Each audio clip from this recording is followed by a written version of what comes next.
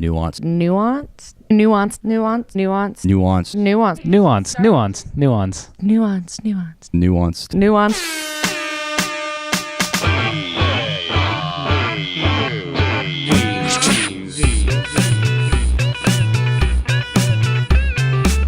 Hello and welcome to this week's episode of Ear Buddies. I am Ian Meyer, joined per usual by the purveyor of jugs himself, Scott the Gooch Krause. Scott, how are you today? What's up, man? Whamp, whamp. Purveyor of jugs. Scott, that feels weird to say in front of females. Yeah, we've never had one of those before. Do you want to provide context, or do you are we just going to let it hang there? I'm only one female. In front of female. You're more females than we've ever encountered before. Okay. Let's introduce our guest. Let's dive right in. Joining us today, Jessica Malone. Hello, Jessica. Hi, guys. How are you? What's up, man? Great. Whamp, whamp. Whamp, whamp. I'm good. I am well. Was good. Thank you so much for inviting us into your home and being on this godforsaken podcast with us. Yeah, it's going to be fun, guys. Yeah, you're the first female we've had on here. As the trailblazer, do you have any opening comments? Do you guys have female listeners? We do. We do. You do? Yes. Okay, cool. Confirmed. Yeah. Confirmed. Yeah. Internationally. Yeah. International female listeners. Yeah. Wow. We have at least one international female listener. Cool. Are you impressed yet? Yes.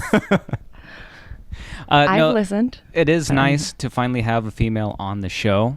Cool. For some authentic estrogen, because we are two beta males, so there's already like a subtle level of estrogen that kind of flows through the pod. Right. But now we have some authenticity, Okay. and I'll cut that joke later. I'm kind of an alpha female, so Yeah. Perfect. That's exactly what we need. here we go. So, Jessica, tell us and the listeners a little something about who you are and what you do. What kind of music you do? My name's Jessica Malone, and I am a folk americana singer-songwriter. I play all over the region. I've done some touring.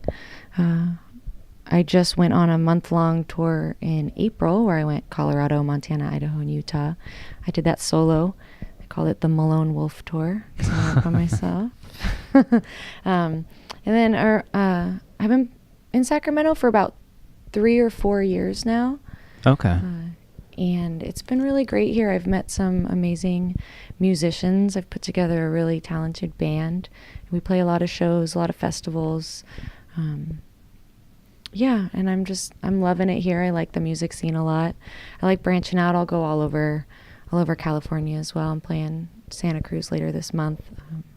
And I'm going to be at the Auditorium at Clara on June 8th with my band. I'm going to be at Harlow's on August 9th, opening up for Marty O'Reilly and the Old Soul Orchestra, which is going to be really cool. I'm a fan of their music. I love Harlow's. Great venue. My band and I just released a full-length live album, and we recorded that at Harlow's and Crazy Horse. So we recorded 2 shows and made a compilation live album of the 10 best tracks from those 2 performances. It's called cool. Jessica Malone Live. You can stream that online or buy it on iTunes or come to a show and pick up a copy. Nice. Yeah. When I was growing up, Harlow's was like the spot. That was like, Yeah. I was like, I can't wait to turn 21 so I can go to Harlow's. Yeah, a lot of great musicians come through there. It's really a fun yeah. place. Yeah, really Only- intimate, nice venue where like, a lot of talented people play. So Yeah. I've only seen a couple shows there, and they're both fantastic. And one of them was John Paul White and you performing with. Remind me of your fiddle player's name again. Georgi. Georgi. Mm-hmm. Yeah.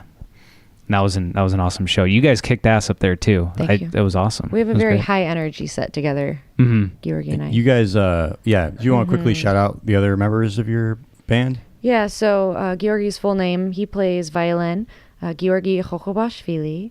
Electric guitar is Brett Vaughn. Drums, Barry Eldridge. And upright bass, Thomas Mackernis. And you play in a bunch of different configurations. Yeah. And it's, I've seen a lot of your shows, and it's like always different. Right. So that's something that I think is awesome. So like highly recommended. Yeah. I play a lot. Yeah. I play a lot of shows, and I like having the different variations. So like when I play duo shows with Brett, so it'd be me and then him on his Telecaster, and he just started playing his Strat also, which I think has a great sound for my songs. So we do our duo thing, and the songs take on that form. And he can just kind of run free. But when you have like the full band, he's a very, talking about subtle. He's very subtle, or he can go out and he's just a virtuoso. I feel like that guy is absolutely insane. I think, he can play anything, but he knows when to play. He's very tasteful, very thoughtful. He thinks about the song. A lot when he's deciding what to play. He thinks about what the song's about. He thinks about what else is happening in the song so he can create texture and contrast and something interesting. And so everyone in the band, they're all talented musicians and thoughtful musicians. So I bring the songs, the structures, like the bones of this, me and the guitar or me and the ukulele, and then they add whatever they feel is necessary for the song. And rather than finding just any musicians and then telling them what to do on the song, I found the musicians that what they create is what I would want to hear. Right. So I don't give a lot of direction in what they're creating. Sometimes I do, but I allow them to have as much freedom creatively as they want, because the style that they play and the way they approach the songs, it turns out just wonderful and how I always envisioned my sound to be. So I'm glad that I met all of those guys and that we can create the music that we do together. Yeah. It feels curated. Like you guys have very good chemistry. So it's cool. I've seen all the different configurations, no drummer, just guitar, just fiddle, guitar and fiddle. You know, it's just like every time there's a different configuration, there's a different dynamic, and everybody is good at listening.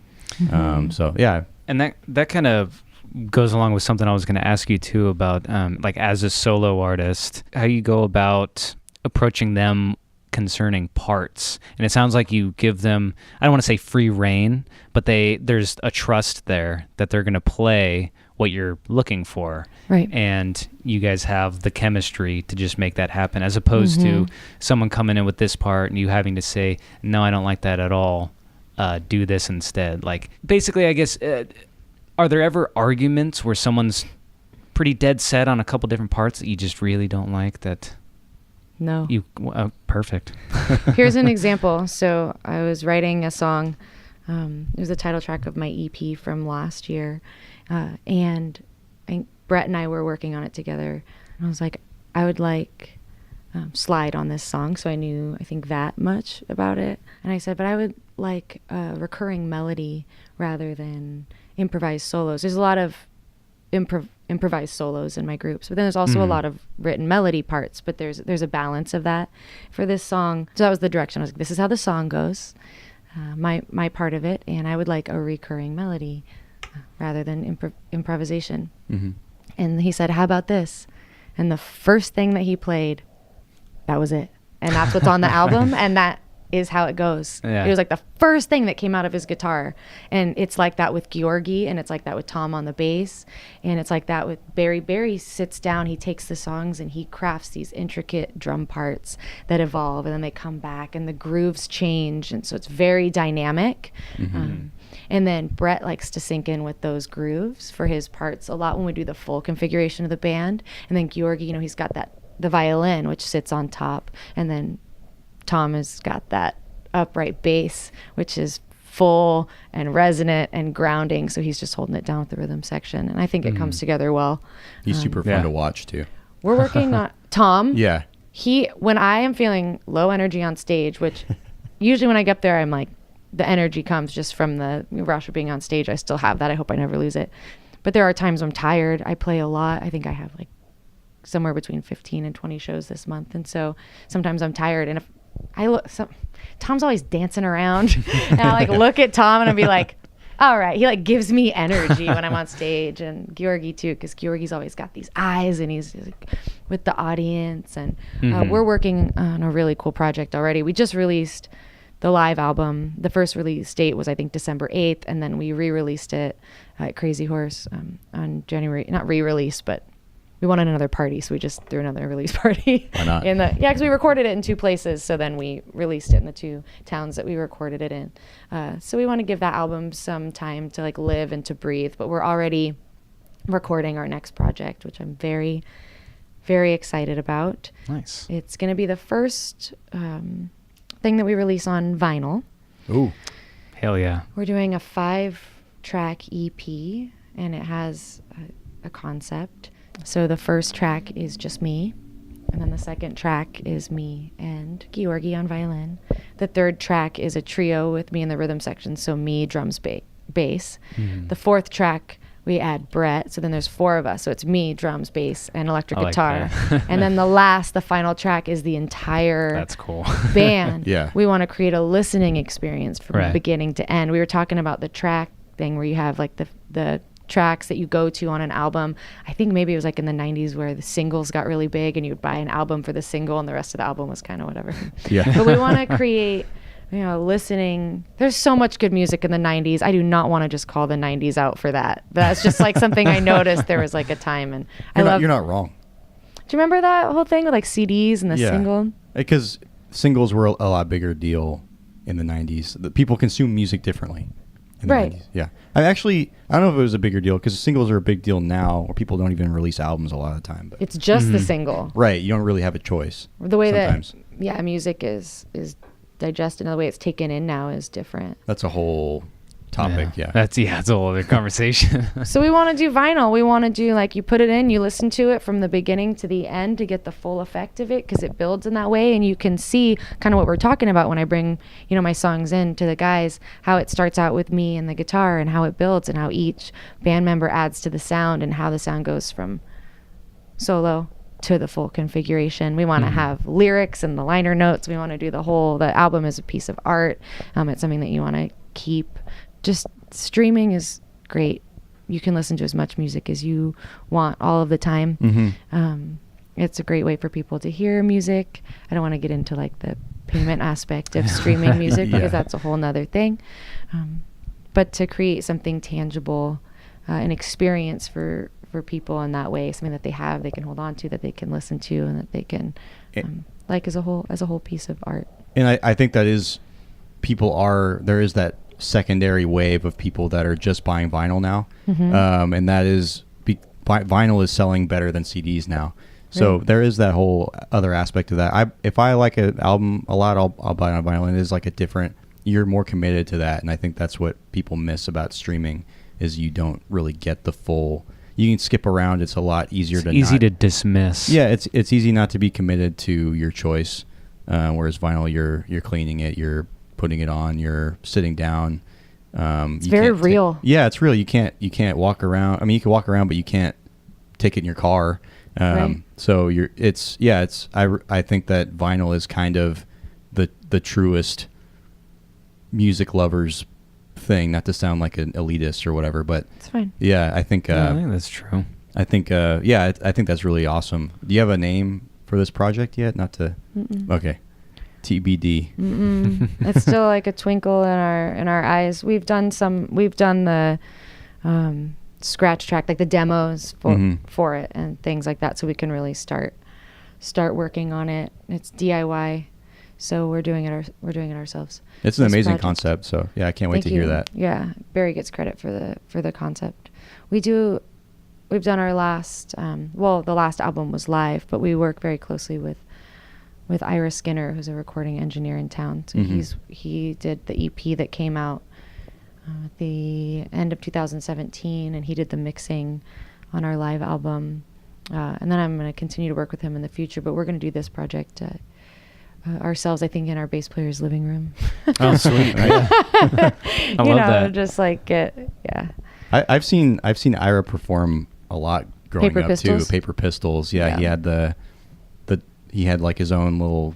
I mean, there's different configurations of that too, but I remember seeing him just drumming to like a drum and bass kind of track. When we played concerts in the park last year, he was our sub drummer for that show, and man, he just like wails on those drums. I loved it. He's super fun to watch. Yeah, I remember that. He just goes for it. He's a really talented human being. Yeah, very close friend of mine.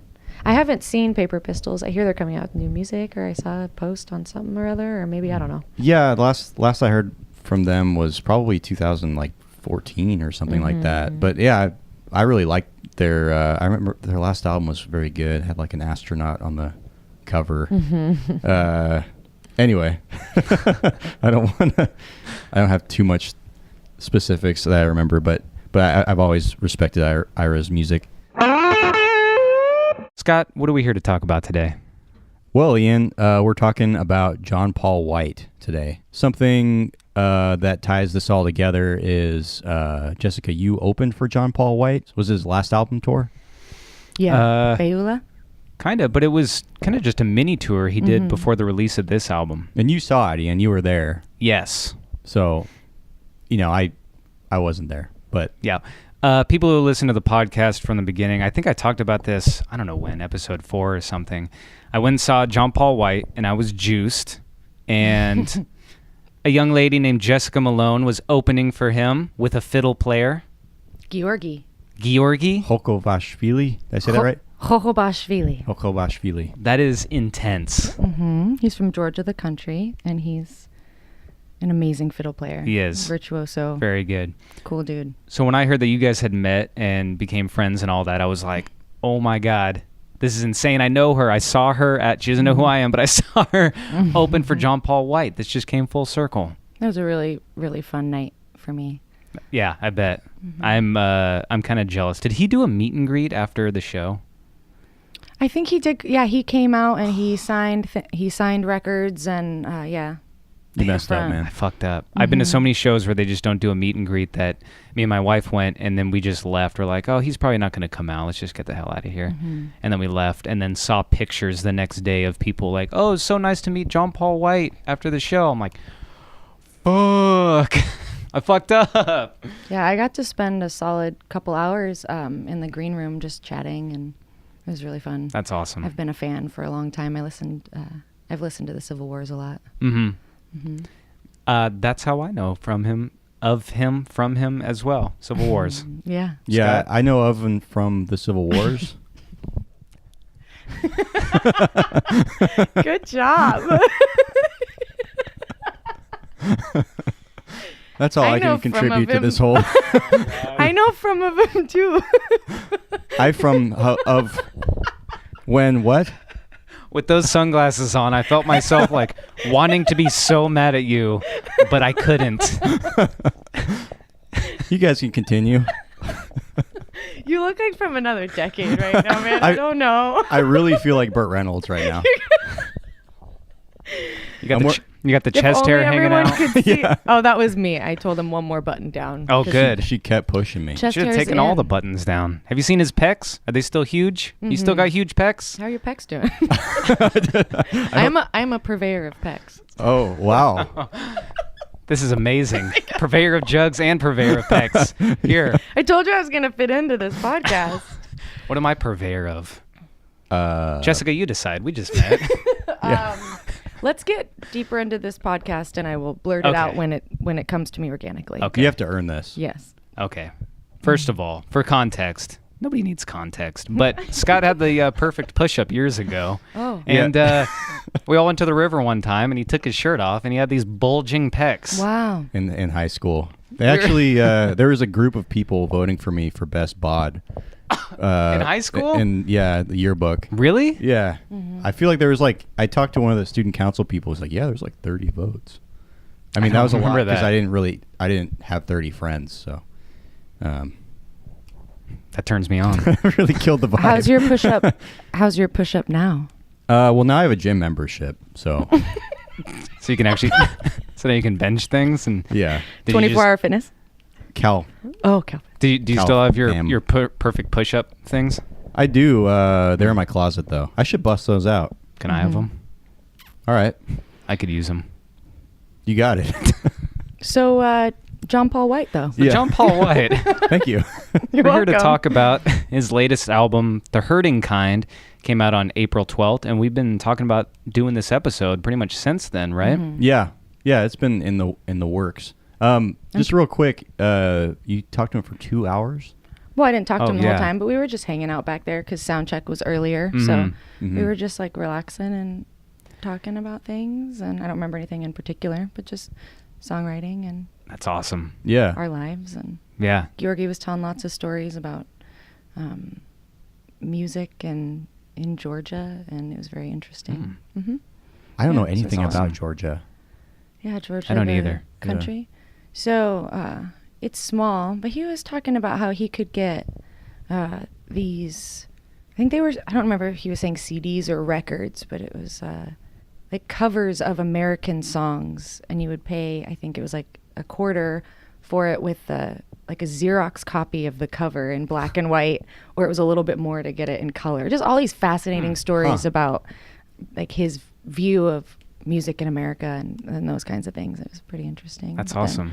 And then so we were hanging out for a while, and I think after hearing The Hurting Kind, I remember a few of those songs from John Paul White's performance, and I'm really glad that I got to see him solo that way, with the song stripped down and his voice just soaring. Yeah. Because that's what his voice does. I am so impressed by his singing. Too. Yeah. His songwriting and the production on the album is brilliant. Yeah. And I'm obsessed with it. He's spoilers. Yeah.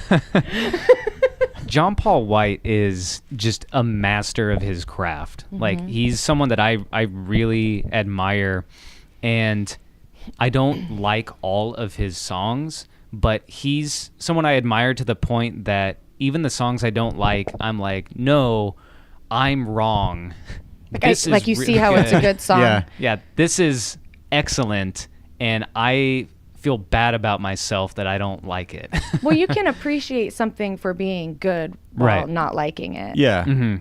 But I am now, something that you said, I'm trying to think of an artist that I like every single one of their songs, and I can't really think of an artist where I like every single that's a good one point. of their songs. Yeah.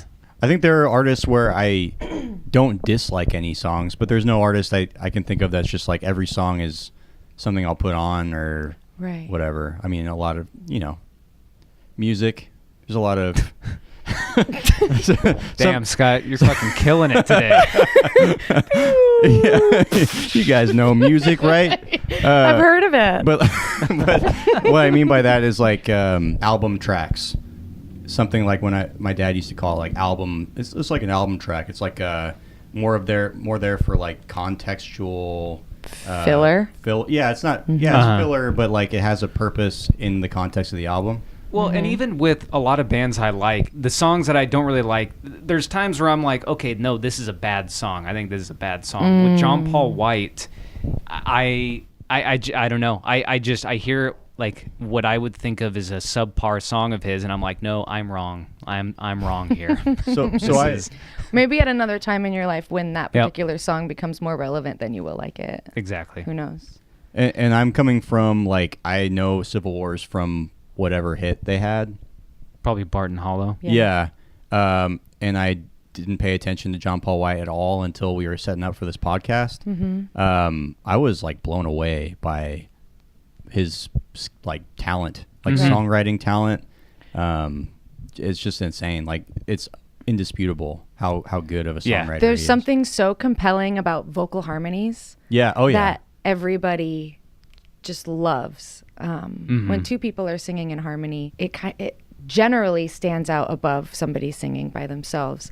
And so when I was first hearing about John Paul White and being solo and doing these things, my initial thought was, how is it going to sound with the one voice? Is it going to live up to the vocal harmonies and how haunting they were and beautiful? And then his voice, when he just gets to like rip and let it go, I was like, it is just as mesmerizing to me.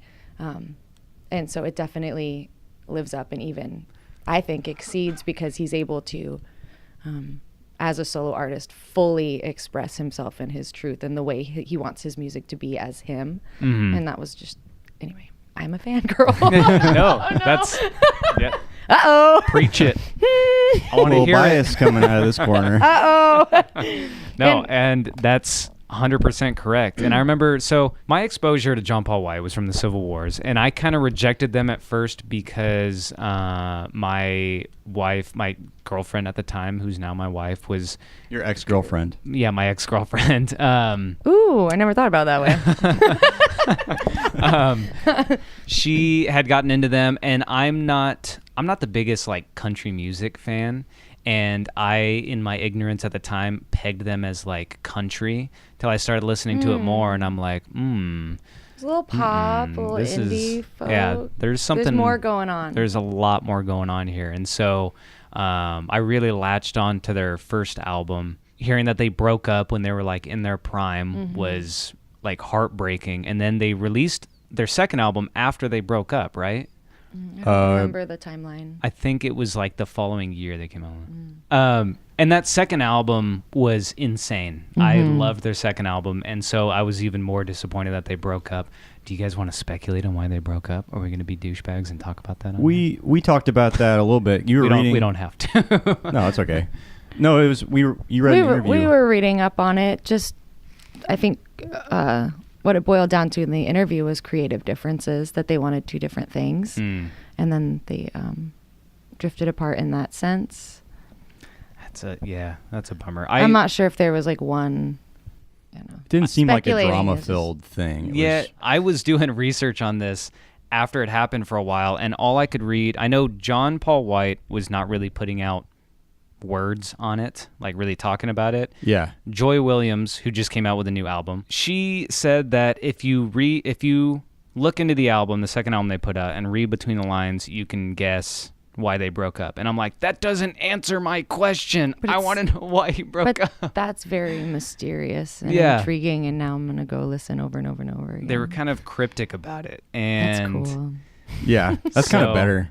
It's totally better. It's like, what? Yeah. So I just keep thinking, like, what could have happened that caused them to break up mid-tour? Like, I think they were on tour in Europe at the time. And it's like, shit. Anyway. Well, so...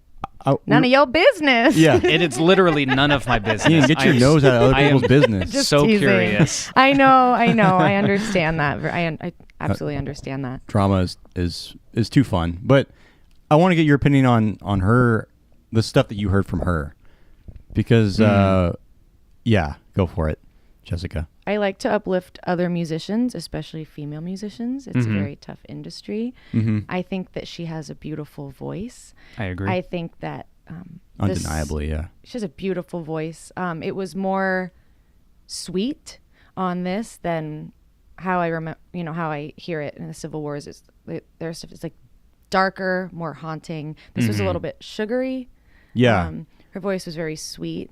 I don't want to compare, but I think it lacked a little bit of depth that I was looking for. Okay. But I thought that the songs were beautiful. I wanted a little bit more from the lyrics. Yeah. Go for it. But it is fuck up, Scott. It is beautiful, and her voice is beautiful, and I'm proud of her. Okay. I didn't want to. I'm not here to trash anybody, but I think you might be with those glasses on. You're hiding. Yeah. With those glasses on, Scott, I'm suddenly a womanizer with these things on. You can say whatever the hell you want right now. Oh, and the people listening can see those glasses because it's now the profile picture for the EarBuddies podcast on Instagram. Right? Oh boy. Uh-oh. Okay, we have to do that now. All right. Now we're married. Scott's to that. nervous. It's okay. We'll get a new one with more of the chest hair hanging out. Okay. Cool. Yeah. I'll set that up. Make sure you. Yeah. Purveyor of pecs. Make sure you show off my milky pecs. No, Perfect. milky. In what way? Coloration or you'll find out. Texture. Coloration. You're like you're around. Texture. Yeah. Yeah, it's like squishy. Drop it. Give me 20. Yeah, Scott's pecs. It's like squishy, milky texture. Duh. Everyone is. You're very welcome for the imagery. They all should know by now how milky and. It's okay. I'm calling it on this joke. Okay. As I was saying, you were about to trash Joy Williams. Yeah, so I was about to go in on Joy, but no, no trashing. I wasn't going to. So, free speech. Listening to. I'm ruining your podcast. Not at all. Definitely not. You can't ruin something that's terrible. Yeah.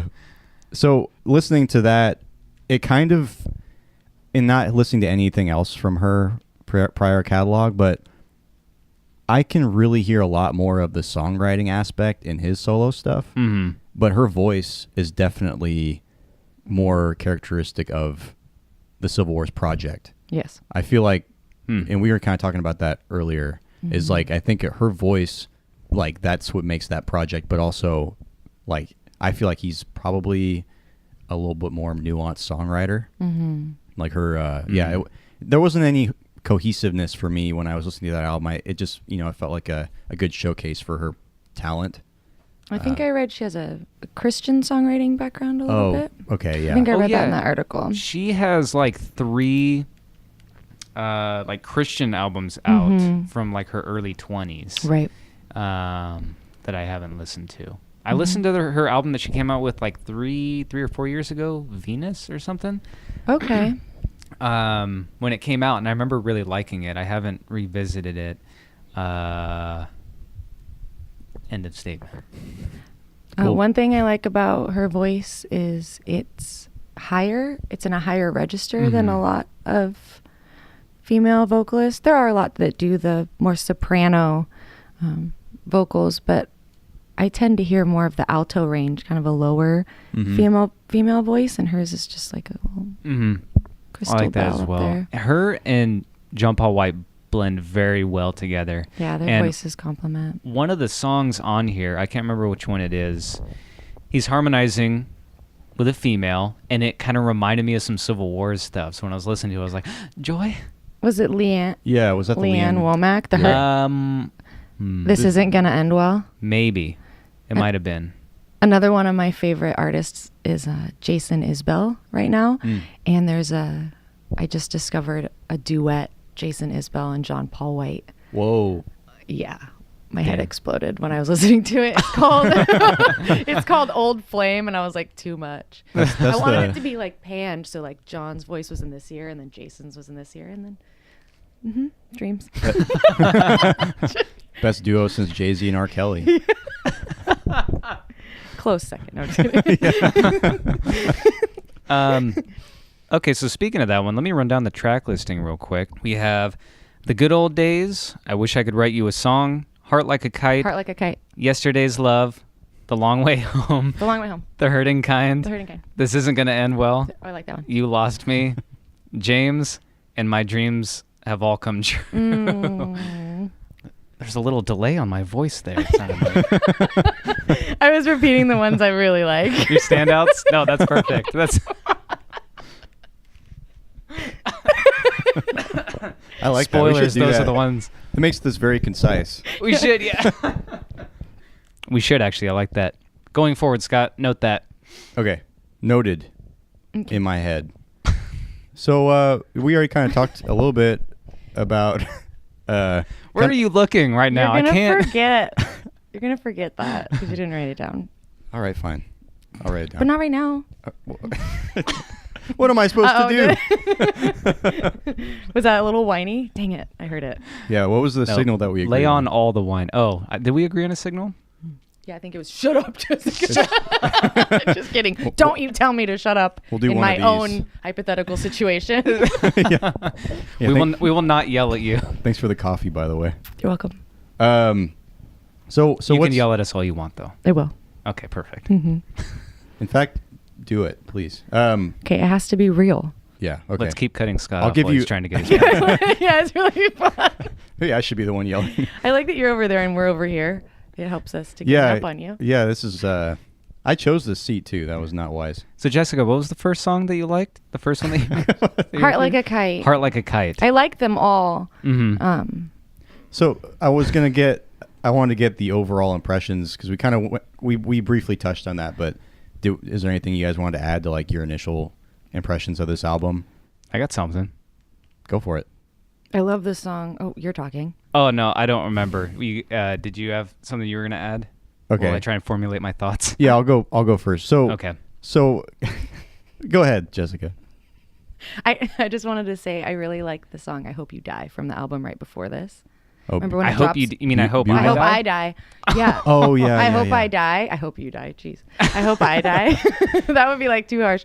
Damn. Where it goes into the chorus. Mm-hmm. Can you play a little bit of that, Ian? The chorus. Oh, that part. Yeah. This song's cool. This song is awesome. Yeah. Nothing on this album sounds like this either. So, Beulah, I did not give Beulah a chance when it first came out. I'll just say this real quick. Lainey loved it. She's like, this is an amazing album. She kept pushing me to listen to it, and I kept just going, yeah, I'll listen to it later. I didn't really get into this album until after that performance that we saw, and I bought both of these CDs like not that long ago and have just been listening to it on repeat. This is an amazing album. I've only heard this song from this album, but Really? is the rest of the album similar? I think Because that it seems like this album is very different than this. it album. is. Yeah. It is very different. Especially this one has like just a very good groove to it. Yeah, the groove is Is pretty this tasty. I haven't listened to this album too much Beulah? yet. I think I'm kind of a 60-40 on it. I think I like gonna a be obsessed solid with half of the songs, and the other half I'm like, oh, it's good, but it doesn't really pull me in as much. Mm-hmm. Did we just like steamroll over the part that you liked? Did I just talk all through the... No, that was good. It was just Okay. that groove I think is so cool. Yeah. And I like the perspective of the song. Like I'm gonna move on, but I hope I die before I do. Yeah, that... Ooh. yeah. Ooh, Or I damn. like Get Even off of that. Get Even? I'll Get Even.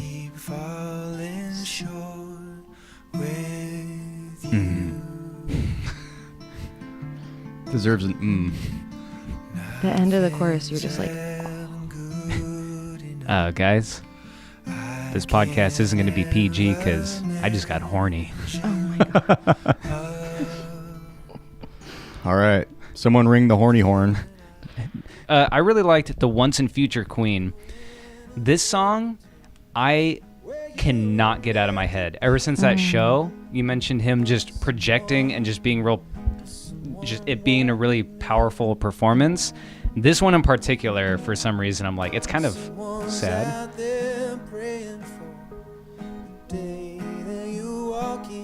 I like how stripped down it is. Mm-hmm. I've never heard this song before. This one, I don't even know what I was gonna say about it anymore. No, this just it stood out to me so much at the show, and Yeah, Where is it? I'm enjoying what I'm hearing. it gets better. Just wait. What do you think of it now, Scott? My opinion has stayed consistent. Perfect. So I kind of want to talk about my initial thoughts because I'm coming in pretty much blind. I didn't know anything about John Paul White at all, really, except for the Civil Wars. And I know you really are into him. And I mean, I didn't even know who he was until you kind of mentioned that you went to that show. But I was kind of blown away. I mean, there's a part of me that loves like good Americana songwriting, and I'm not a big fan of like, you know, it's a shame that it's like the Civil Wars were kind of lumped in with popular country charts, but they were a lot more skillfully composed. Mm-hmm. Were they on? They were probably on other charts too. They probably were, yeah. But they kind of crossed over into that area. But I was kind of blown away for someone who has had the success that he's had, just like his caliber of songwriting, and just honestly, I really appreciate dynamics. Mm-hmm. I think that his dynamic range with his vocals, like he knows how to control his vocals like flawlessly On an intimidating level. Yeah, They're and like epic. He's instrumentation like as well. A bearded angel. Yeah, he's so unassuming looking with it, but it's just like it's insane. And yeah, the arrangements are just so like he knows how to do some. And I don't know how much of this contribution is the people he's worked with, but the instrumentation is loud when it needs to be loud. It's very quiet when it needs to be quiet.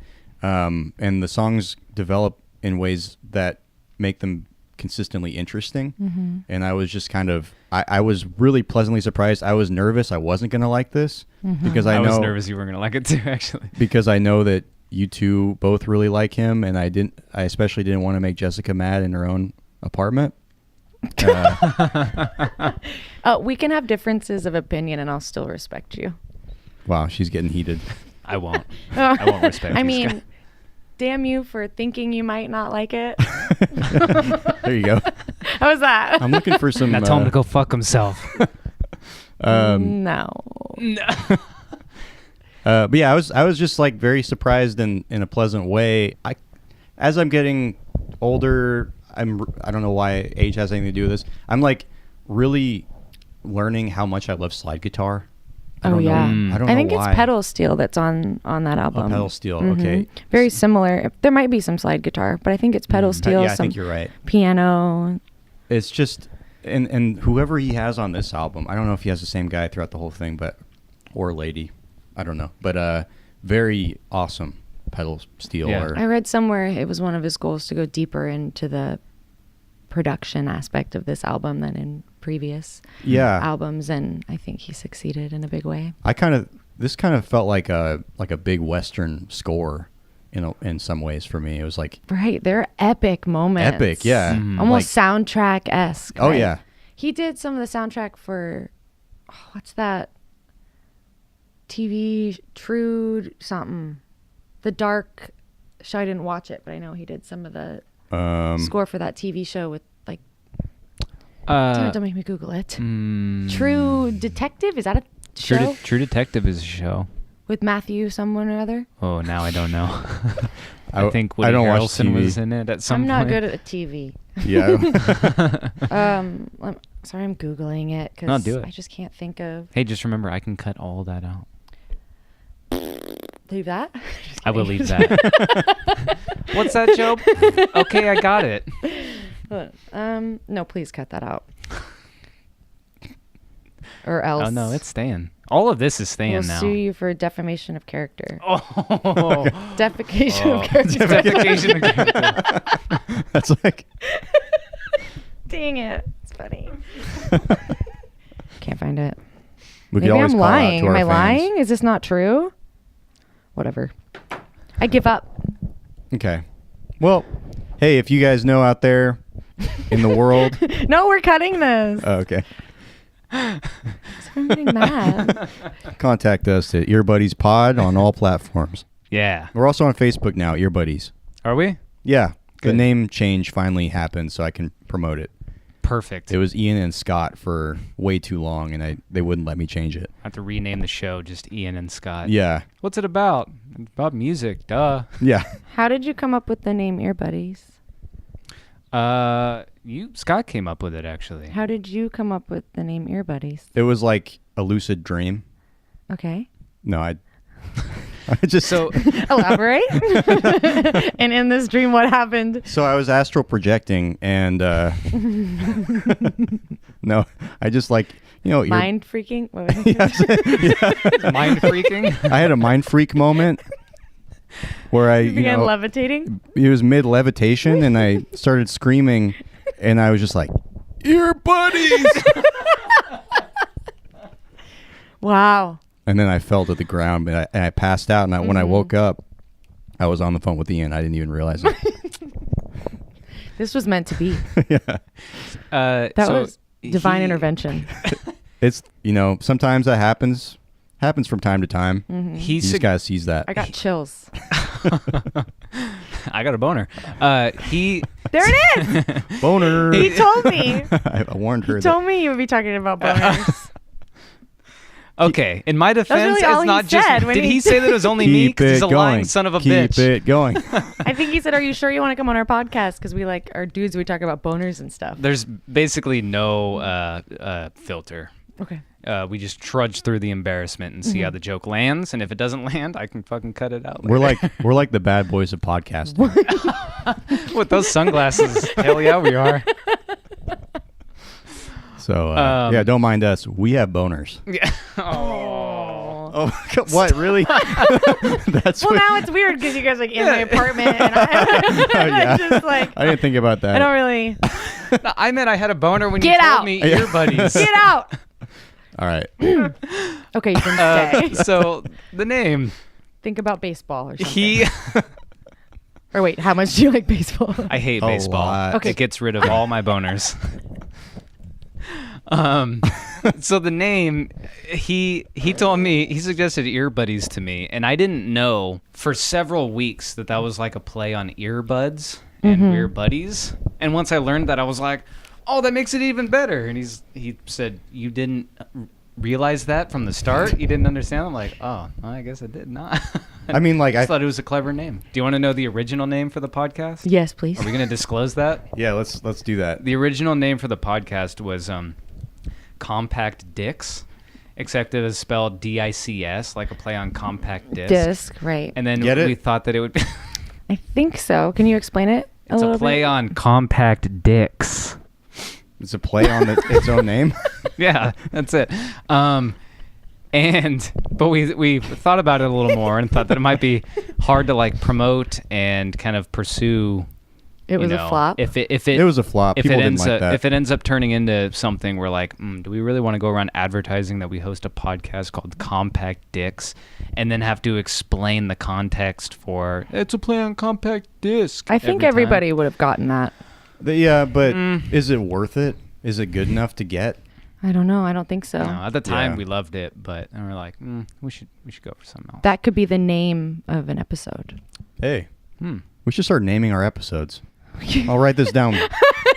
What do we do now?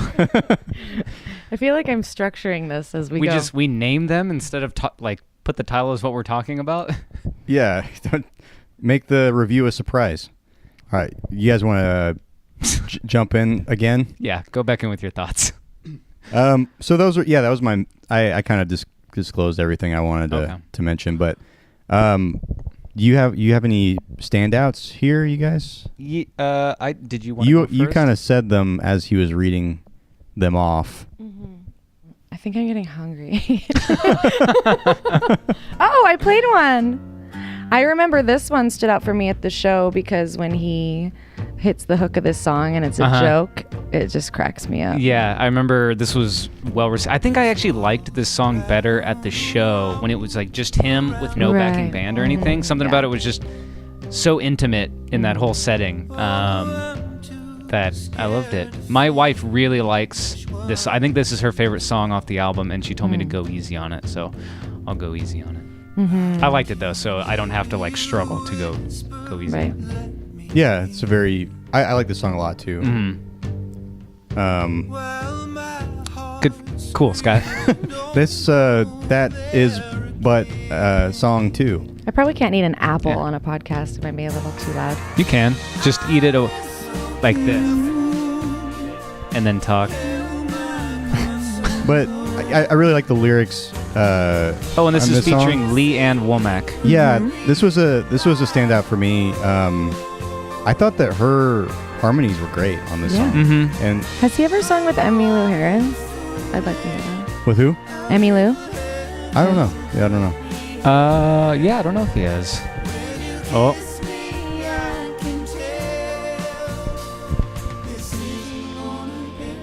Yeah. That right there. People yeah. were like, ooh, at the show. Yeah. Yeah, right? That's a we all great- know exactly what he's talking about. Great line. It kind of builds too. Like this is one of the songs that does like a orchestral build. I think toward the end, which I like a lot. Yeah. Scott, did you want to go into some of your standouts? Yeah. So I have 3, including that one. This isn't gonna end well. I really like the title track, "The Hurting Kind." Yeah. I thought this was a great song. Clear standout. This was not one of my standouts actually. Oh, really? It was good, but yeah, this one it's kind of a peripheral one for me. Okay. I like the chorus a lot. I know love is hard to find, but your love's the hurting kind. I don't know. It's a cool line. He's got a lot of good liners. Yeah. In these, I guess I could have just said lines, but yeah. This was a standout. Good liners. Good liners. Good bars. And then my third one was the closer. I thought that the closer, My Dreams Have All Come True. This might have been my number one. It was an awesome closer. I thought that it just builded so awesomely. So when I first heard that he had a song, he put out a single called My Dreams Have All Come True. Right off the bat, I'm kind of like, oh, is this going to be... I should have known better, but I was like, oh, is this going to be something about like becoming famous or something? But that's not what it was at all. And I wrote down some of the lyrics that stood out to me on this. My dreams have all come true, like all good nightmares do.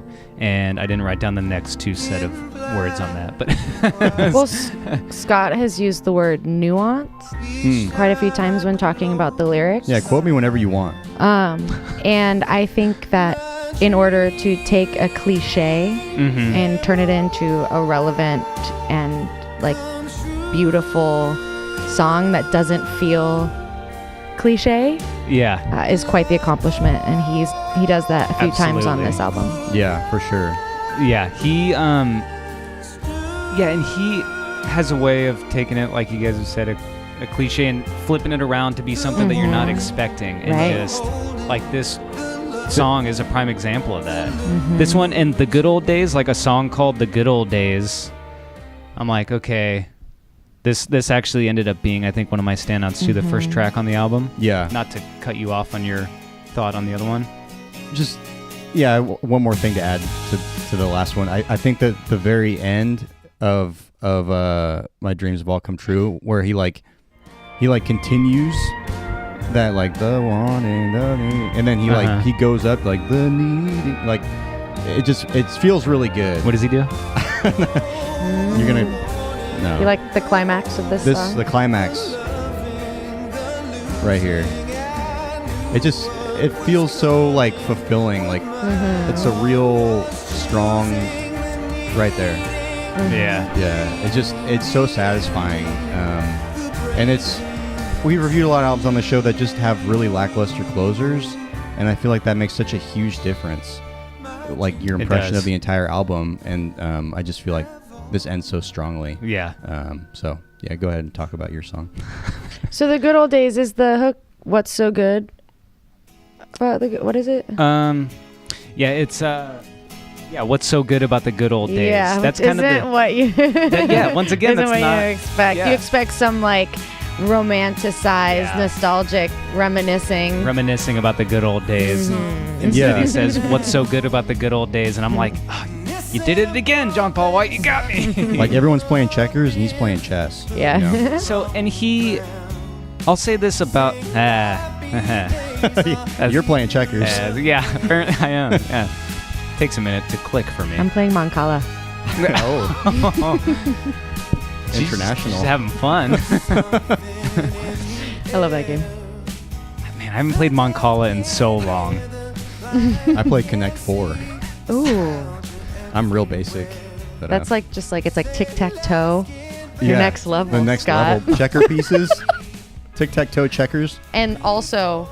It's vertical. It's vertical? Yeah. It's a whole nother dimension. Yeah, you guys don't even know. Damn, Scott, you're on another plane. You seem like you do know, though. You really know how to elevate. The pieces literally elevate. Yeah.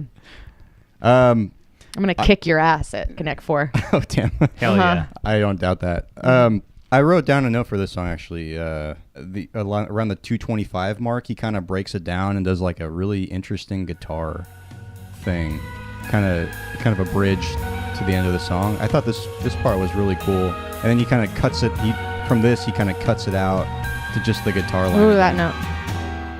Right there. Mm-hmm. I just feel like so many nuances. I feel like that's the word for this album. There's so many little things that just bring it all together. It's I like a left field interlude. Yeah, it comes out of nowhere, and it's like, but it doesn't sound out of place. And it really is commendable, just like how many he just throws in there. If you blink, you'll miss it, but it's just so very subtle and great. Left field interlude needs to be the name of something. I like it. Okay. Hey, this episode, Left Field Interlude. Yeah, that's it. Featuring John Paul White and Jessica Malone. I'm gonna start a solo project, a solo podcast.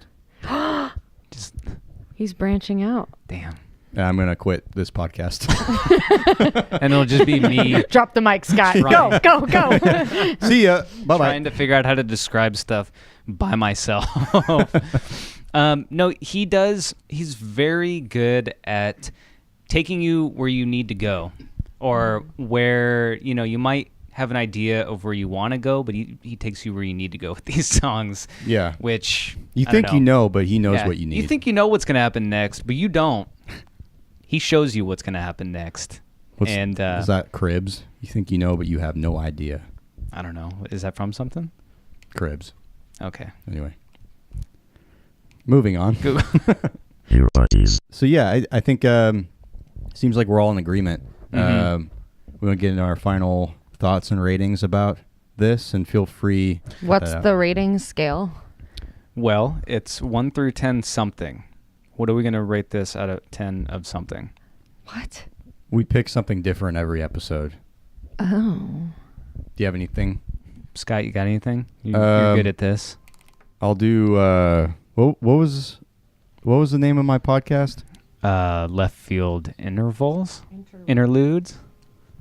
How many left field interludes do you give this out of 10? How many left field interludes? How many nuanced left field interludes? Yeah. Let's just throw in all the buzzwords. How many subtle, nuanced left field interludes? Perfect. Yeah. Jessica, do you want to go first? Yeah, but I'm just super fan. Mm-hmm. Am I allowed to straight up just 10 left field interludes? Go for it. Of nuanced persuasion? Yeah. That's I very don't know, 'cause important.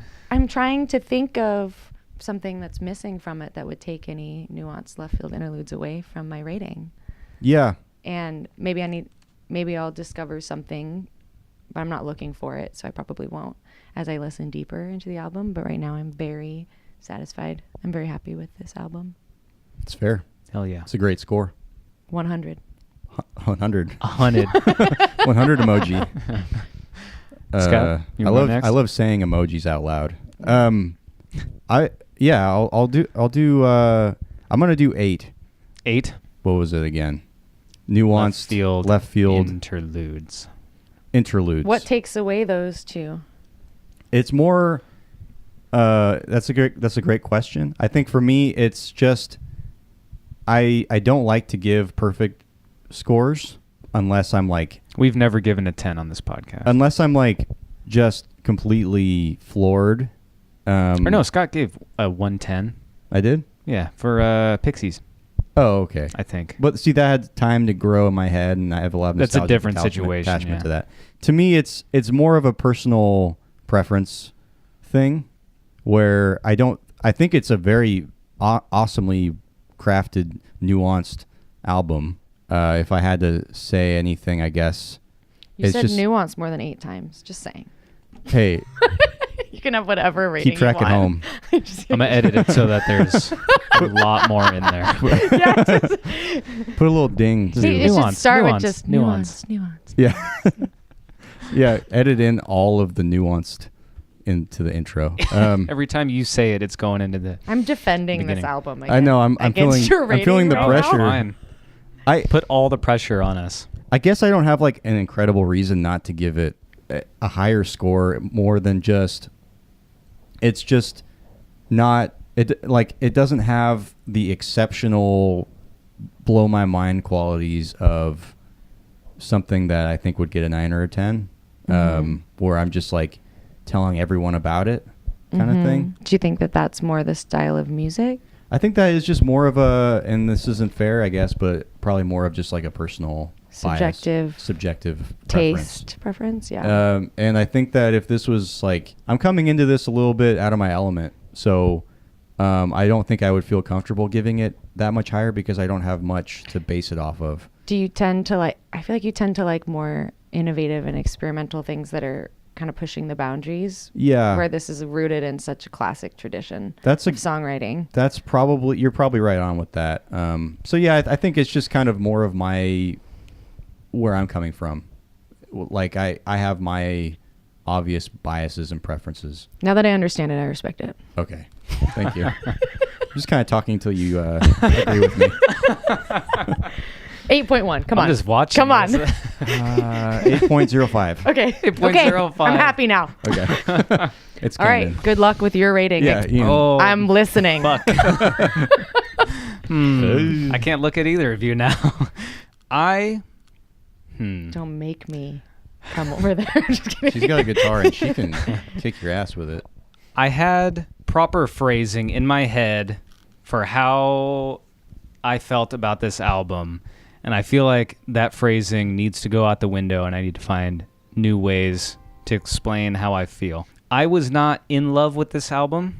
I thought it was really good. I love John Paul White. Like I said, even the songs that I'm just not completely thrilled about, I feel that I'm wrong, and I wish that I was more thrilled about them.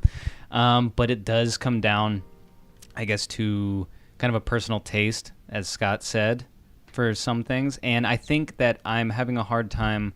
I'm trying not to compare it to past works. I really liked his first album, which I don't know if you guys have listened to. It's The Long Goodbye. Mm-hmm. It's like a straight up like alternative rock album, kind of. Okay. Yeah, It's like I've pop. heard it. It's way different, but it's really good. And I really liked Beulah, and I really liked his work with the Civil Wars.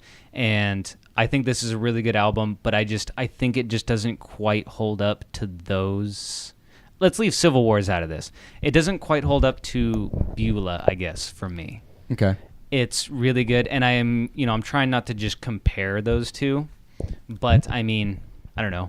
There's a certain level of enjoyment factor that you have to kind of incorporate into it, and I think that was a little higher for me. I found myself putting songs on Beulah on repeat over and over and just listening to those constantly, and less so with this album.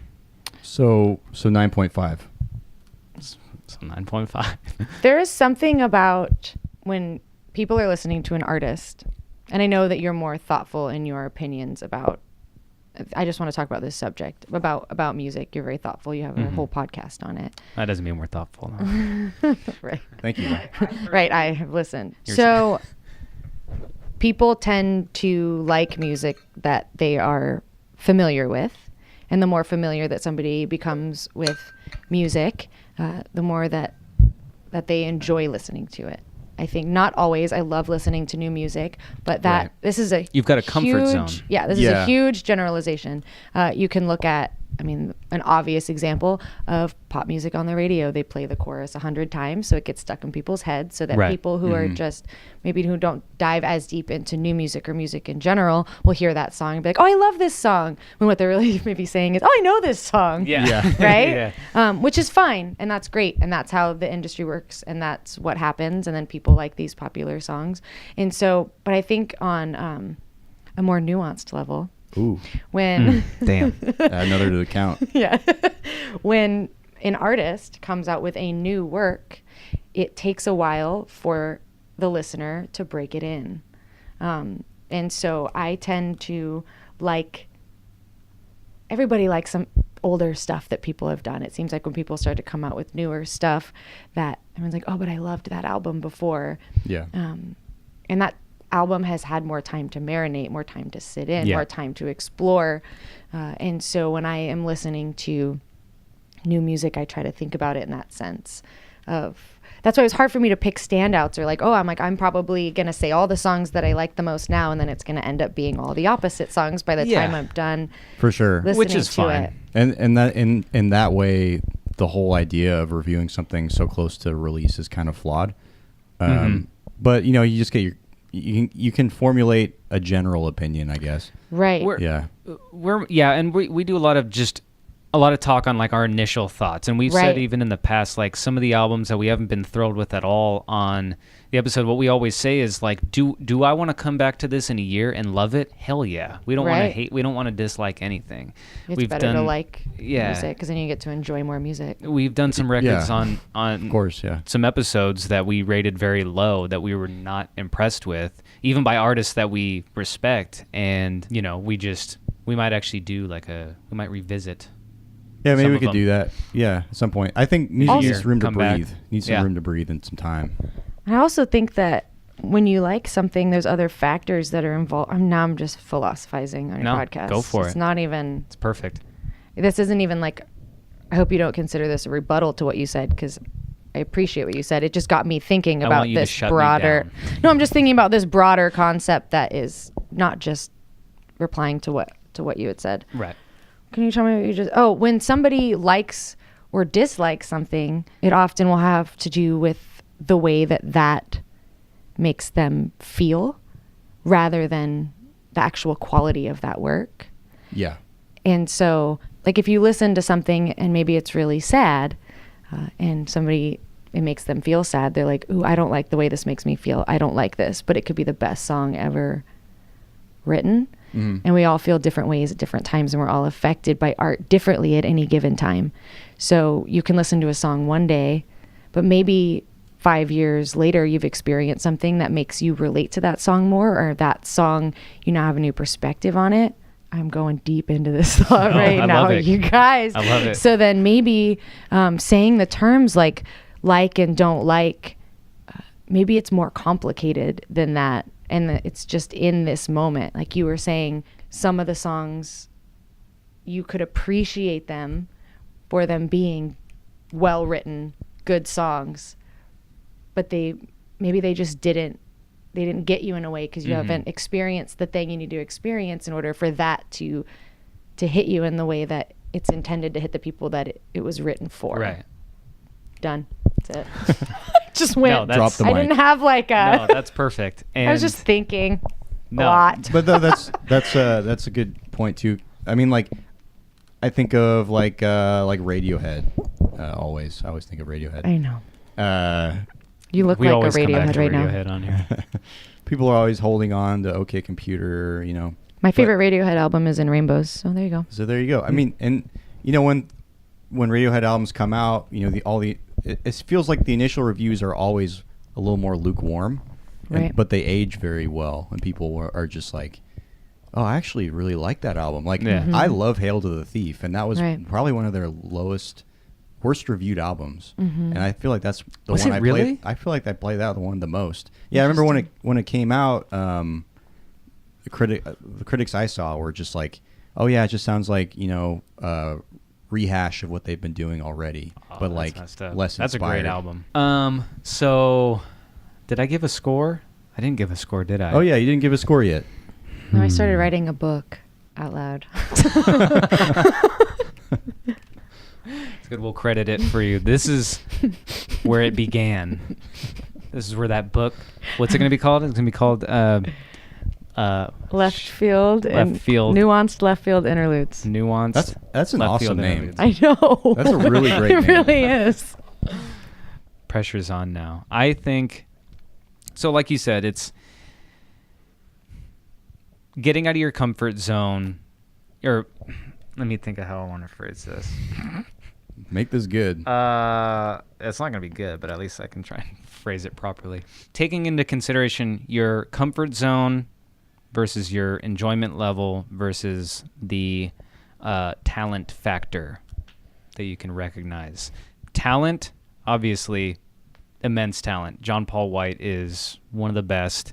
That performance, just him and an acoustic guitar when he was saying like, oh, usually I've got a band to back me up. Now it's just me out here. It's a little nerve-wracking. And then it's just a mind-blowing performance at this club in Sacramento. Like, he's just right there. I remember having this moment of like, he's here breathing the same air as me. This is blowing my mind right now. That's the most fanboy I thought I thing was a ever. fangirl. Yeah. Wow. Well, it was crazy. We're sharing air. It was I'm breathing in Sorry. John Paul White's CO2. Couldn't let that go. I stole that from the memes. Oh, it was bromantic. Okay? But it was kind of, it is Me kind of too. a moment of like, oh my God, like this dude's right here. And then when he went larger than life in his performance. he went off mic, gathered everyone at the stage, Right. and played. I forget the name of the song off his first album, and that was Right. just such a cool experience that he just brought everyone together. It was such a cool moment, and he just owned that room completely, and just I could talk about that show all night. Like at the time I was like, oh, this is awesome, and then afterward, listening deeper into his catalog, I got more pumped about that show after the show than I Right. did leading up to it. And now I wish that I stayed for a little meet and greet. So So what is What's your your rating score? though? Yeah, come on, man. Make you guys wait. You went on like 4 different tangents. I'm starving. My blood sugar's dropping. That my score is a 7.5. Whoa. Bombshell. I think. I'd like you to edit me out of this podcast, please. So it's just me and him giggling awkwardly for an hour. I was going to say that no matter what you rated. I had already thought it through. Even if I said 9.5, that's not good enough. Yeah. Would you be able to do a 7.55? I would definitely do a 7.55. Leave you know me what? in the podcast. I might even do a 7.75. Whoa. What? I want to explain the jump up. I'm off board. I'm torn because my original thought was that it was a 7, and I'm like, no, it's better than that. So I'm kind of torn between a 7 and an 8. Okay, so 7.75. So I'm leaving it at 7.75. Jessica, thank you so much for coming on this episode. Thank you for having us over to do this. Thank you so much. Absolutely, guys. It's been great. I know that you're allergic to cats and dogs, and we both have those. It's fine. Unfortunately. I have an air purifier, and I will... It was quarantine. I hope I use it. Yeah. I will sanitize after you guys leave. I hope we didn't bring any dander in. You're fine. So you want to play a song? Yeah. This is on your live album? This is on the live album. It's also on the EP that came out in 2017 as a solo track at the end of that. Awesome. I was going to play your favorite, but now I'm not because... Oh, man. Because I feel like we're talking about this album. It's called The Hurting Kind, and it's talking about, love, right? Yeah. So I want to do some heartbreak. Okay. I want to sing some sweet heartbreak. Sweet. I'll allow it. The song was inspired by Whitesnake. I'm just kidding. It wasn't. All right. Yeah. Okay. This song was inspired by the EarBuddies podcast. Just kidding.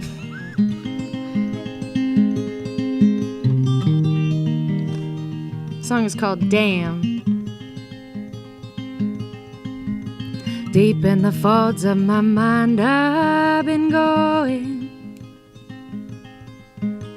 Deep down where I'm still frozen. I was hoping you would thaw me out. Thaw me out like the summertime. You came around, you were warm, you were honest. If you were lying to me, well, I bought it. I've been wanting you to call me up. Call me up. Say you changed your mind. 'Cause damn, baby, damn. Damn, baby, damn.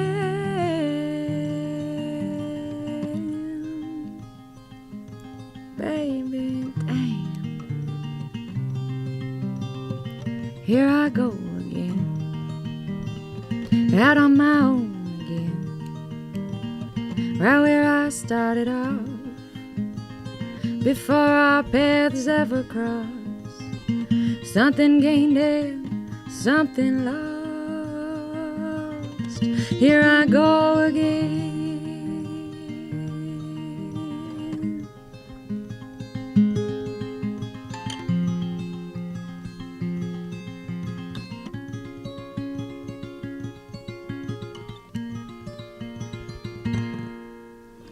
I was getting used to having such high hopes. You were on the fence and my back up against the ropes. Now you're leaving, and I understand. Understand, well, what other choice do I have? Damn, baby, damn.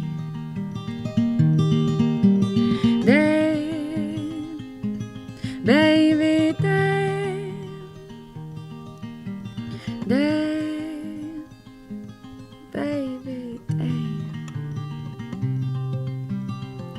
Here I go again, out on my own again, right where I started out. Before our paths ever crossed, something gained and something lost. Here I go again.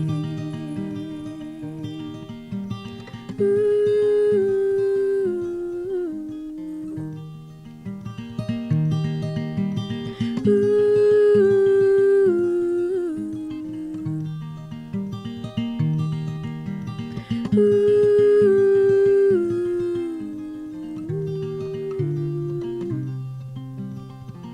Here I go again, out on my own again, right where I started off. Before our paths ever crossed, something gained and something lost. Here I go again.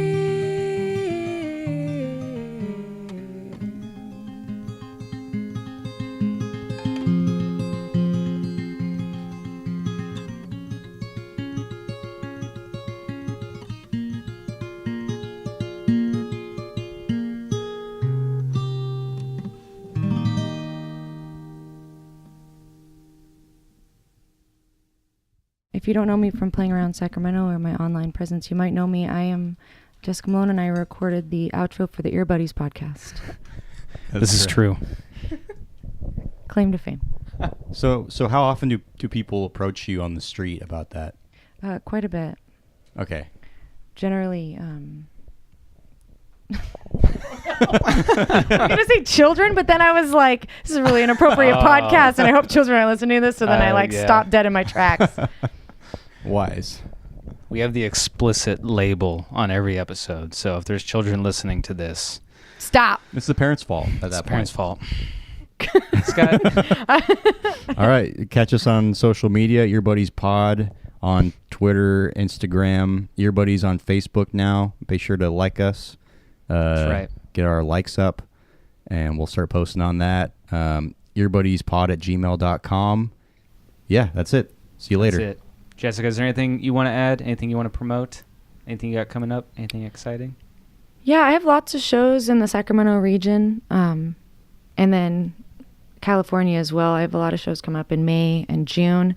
You can check out my full schedule at jessicamalonemusic.com, facebook.com/jessicamalonemusic, at Jessica Malone Music on Instagram. Come see me sometime. I play all over. I have a full band. I play solo sometimes, duo other times with violinist or guitar, and then the full band has electric guitar, upright bass, drums, and violin, and we're fun. We just released a live album in January. And that just that's on Spotify now? Yeah, it's on all streaming platforms. Jessica Malone Live. It's great. Hell yeah. Great album. EarBuddies seal of approval. Thank you. Check it out. Perfect. Until next time, we want to remind everyone to check your daily miss. This has been EarBuddies. See you. Bye-bye now. This has been another installment of the EarBuddies podcast. Bye-bye now.